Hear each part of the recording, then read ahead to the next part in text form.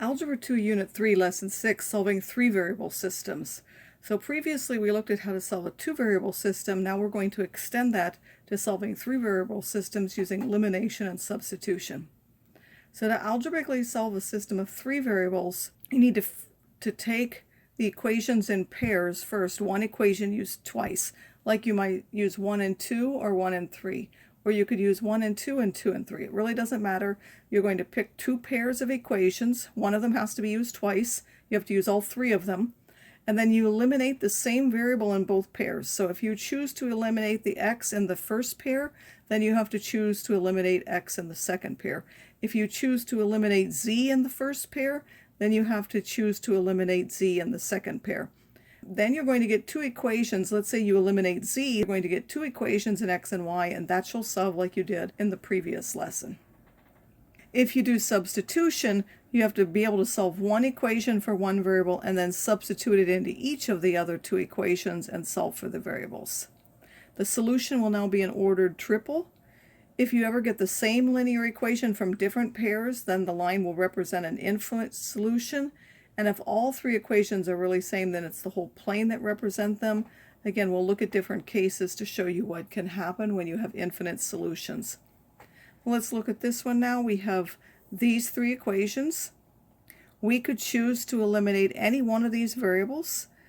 Because this one is an x, I can get rid of each of the other two easily, or because even I can change this first one to 2, this to 2, and then I could change this one to 10. X is easy to get rid of. I'm going to choose to get rid of x. I'm going to pick the first and second equations. So this is a 2 in the front. I wrote that down. I'm going to multiply this one by 2, write it down. They have the same sign. I subtract the two equations. Again, remember this is minus 3y minus a minus 10 will give me a plus 7, and z minus 14 will be minus 13, and minus 3 minus a minus 22 will be positive 19. So now there's no more x in my equation. Now I need to pick another pair and eliminate the same variable x. I'm going to pick 1 and 3. This time I'm going to take the third equation and leave it alone. I'm going to multiply the first one times 5 and write that down. Now they have opposite signs, so to get rid of the x, I need to add those two equations. 10 plus a minus 10 cancels. Minus 15 plus 4 will give me minus 11. 5 plus minus 6 will be minus c, and minus 15 plus 28 will be 13. Now I have these two equations and two unknowns. I can choose to use elimination or substitution. Because this one had a coefficient of 1, I decided to use elimination, but you can choose either one you like. I took the z to this side and a 13 to this side to solve for z. Then I took that and put that back in this equation, because now we're working with equations 4 and 5, the ones without the x in. I substituted, I solved for y like we normally did. Then you're going to do back substitution. We have y, we put it in either one of these equations. I chose the second one.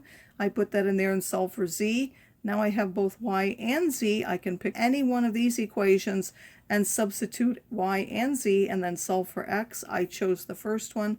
I substituted them, solve for x, and then you put x and y and z. Again, they will be in alphabetical order no matter what variables happen to be in the equation.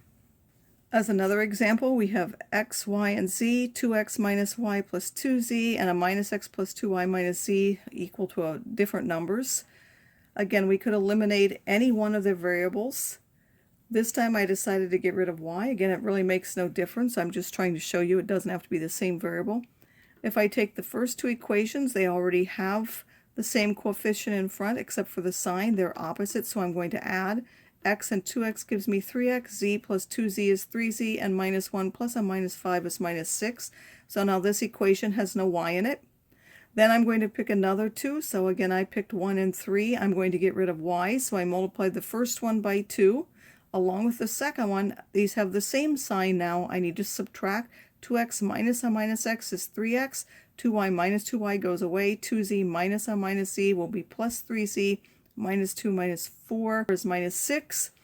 And now we compare that, and those two are the same, either one of which would simplify to x plus z equals minus 2.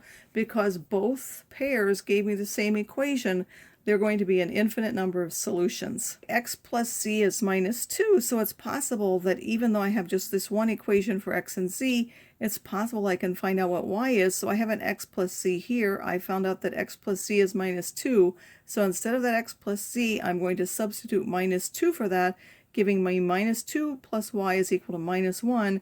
Y will actually be equal to 1. So every solution has to have a y of 1, but x and z have to follow this relationship. You need to solve one of them in terms of the other one. I decided to solve for what z was in terms of x, so I rewrote this equation to get z equals minus x minus 2. So now there can be any x, y has to be 1, and z has to be minus x minus 2. Those are infinite numbers of solutions. We should also be able to take word problems and write them into equations and solve them.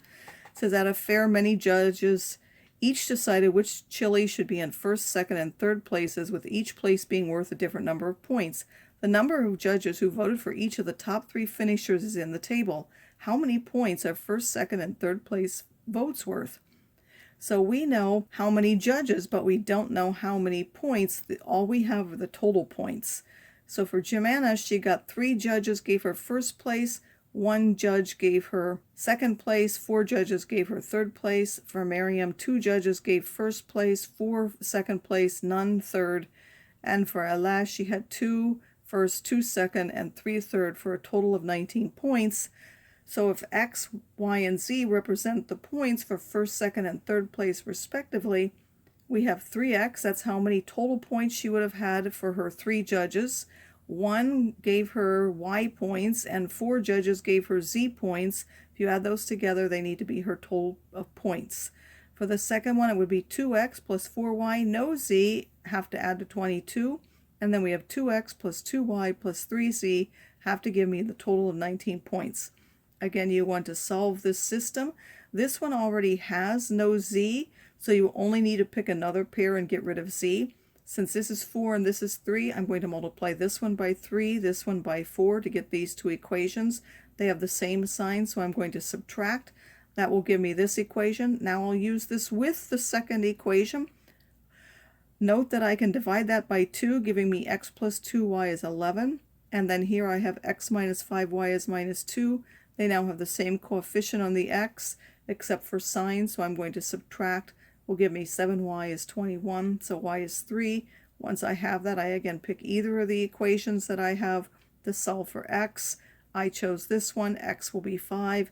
Once I have x and y, I'm going to go back and put it in one of the equations that had z in. I chose the first one. You would find z as 1, so that means that first place is worth 5 points, second place is worth 3 points, and third place was worth 1 point.